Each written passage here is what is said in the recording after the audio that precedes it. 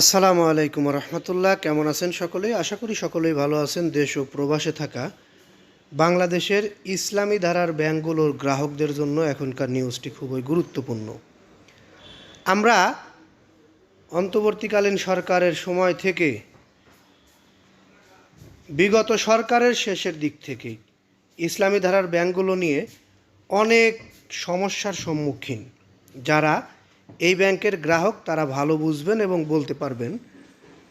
বিগত ফ্যাসিস্ট সরকারের আমল থেকেই ইসলামী ধারার ব্যাংকগুলো গ্রাহকদের আমানতের টাকা ফেরত দিতে পারছিল না।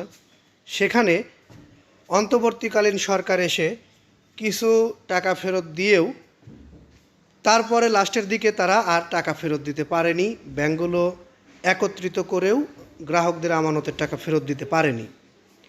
এখন ব্যাংক খাতের এই অস্থিরতা কাটবে কবে? বর্তমান সরকারের অর্থমন্ত্রীর কাছে প্রশ্ন করা হলে তিনি যে উত্তরটি দিয়েছেন সেই বিষয়েই এখনকার নিউজটি। এবং আল আরাফা ইসলামী ব্যাংক মূলধন ও প্রভিশন ঘাটতিতে অনেক বড় তারল্য সংকটে পড়েছে, এরকম একটি নিউজও আমাদের কাছে রয়েছে। ইসলামী ধারার এই ব্যাংকগুলোর এই সমস্যা কাটবে কবে? গ্রাহকরাই বা তাদের আমানতের টাকা ফেরত পাবে কবে? এবং ইসলামী ব্যাংকের এমডি নিয়োগ নিয়ে এই যে ঝামেলাটি তৈরি হয়েছে সেই বিষয়গুলোই এখনকার নিউজে আমি তুলে ধরবো। একটু ধৈর্য সহকারে পুরো নিউজটি শুনলে বিস্তারিত বুঝতে পারবেন। আমি মাঝখানে অনেক দিন নিউজ দেইনি, হঠাৎ করে আপনাদের মাঝে আবারও ফিরে আসছি। অর্থমন্ত্রী বলেছেন, অর্থাৎ আমাদের বর্তমান সরকারের অর্থমন্ত্রীর কাছে প্রশ্ন করা হয়েছে ব্যাংক খাতের অস্থিরতা কাটবে কবে? সেই উত্তরে অর্থমন্ত্রী বলেন, আমানতকারীদের আস্থা ফিরলেই এই সংকট কেটে যাবে। ইসলামী ব্যাংকের চেয়ারম্যান নিয়োগ ঘিরে সাম্প্রতিক আন্দোলন ও অস্থিরতার বিষয়ে সাংবাদিকদের প্রশ্নের জবাব এড়িয়ে যান অর্থমন্ত্রী। তবে এই প্রশ্নের উত্তরটি তিনি দিয়েছেন। ইসলামী ব্যাংকের চেয়ারম্যান নিয়োগ ঘিরে যে আন্দোলন ও অস্থিরতা চলছে সে বিষয়টি এড়িয়ে গেলেও অর্থমন্ত্রী আমির খসরু মাহমুদ চৌধুরী বলেন, এ খাতে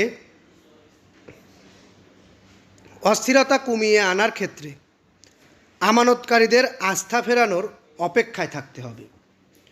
অর্থাৎ আমানতকারীদের যদি ব্যাংকের প্রতি আস্থা আসে, আমানতকারীরা ব্যাংকে ডিপোজিট করে, ডিপোজিটের টাকা ফেরত পায়, তাহলে এই আমানতকারীদের আস্থা ফেরত আসবে। ব্যাংকগুলোকে আমানতকারীরা আস্থার সাথে ব্যাংকে তাদের আমানতের টাকা ডিপোজিট করবে, তখন ব্যাংকগুলো আবার সচ্ছল হবে। তবে আরও একটি বিষয়, যে বিষয়টি ব্যাংকের যারা ভালো বোঝে তাদের মতামত, তারা আরও একটি বিষয় যোগ করতে চেয়েছিল, সেটি হচ্ছে খেলাপি ঋণ অতি দ্রুত যদি উঠানো যায় তাহলে এই ব্যাংকগুলো আরও তাড়াতাড়ি তাদের সাবেক অবস্থানে ফিরে আসবে বলে আমরা আশা প্রত্যাশী।